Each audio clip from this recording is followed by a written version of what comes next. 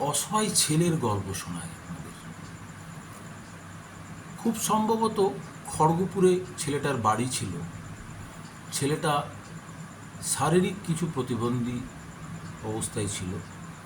তার দাদা বৌদির কাছে থাকতো। তার মধ্যেখানে থেকে ছেলেটা টিউশনিও করত এবং পড়াশোনাও করত।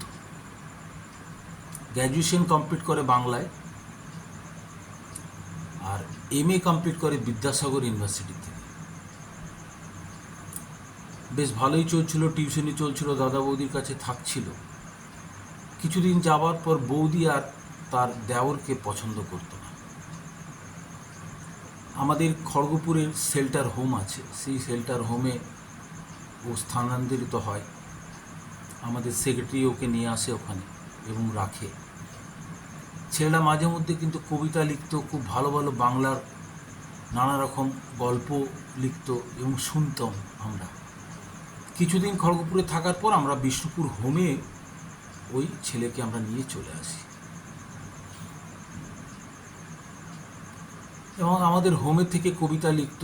আমাদের নতুন ইংরেজি নববর্ষের একটা অনুষ্ঠান হয়, সেখানে নববর্ষের উপর একটা কবিতাও সে লেখে। অসাধারণ।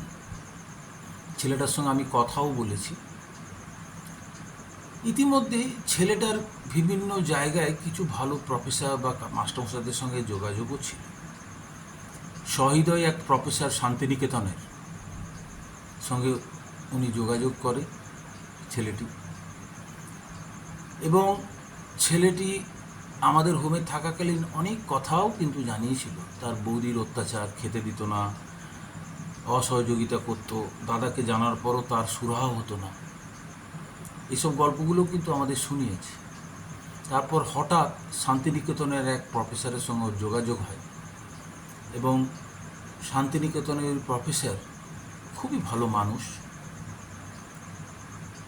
এবং শেষে ওই প্রফেসর মানুষ আমাদের সঙ্গে যোগাযোগ করে বলে, ছেলেটাকে আমার বাড়িতে পাঠিয়ে দাও। সে শান্তিনিকেতনে বর্তমানে আছে এবং শান্তিনিকেতনে থেকে সেখানে টিউশনি করছে। এবং সহৃদয় যে প্রফেসর, ওনাকে আমার বিনম্র শ্রদ্ধা যে এই মানুষগুলোকে উনি ওখানে আশ্রয় দিয়েছেন। ওখানে আরও 2-3 জন এরকম মানুষ ওখানে আছে, তারা পড়াশোনা নিয়েই আছে। প্রফেসর মানুষ, উনি ওনাদের অনেক সুযোগ সুবিধার ব্যবস্থাও করে দিয়েছেন। সেই জন্যে এই সব মানুষগুলো থাকার জন্যেই আমার মনে হয় পৃথিবীতে দিন রাত্রি হচ্ছে। সবার শেষে আমার বলার কিছু আর বিশেষ কিছু নেই। ছেলেটি কিন্তু বর্তমানে শান্তিনিকেতনে আছে এবং ভালো আছে, সুস্থ আছে, আমাদের কাছে খবর আছে।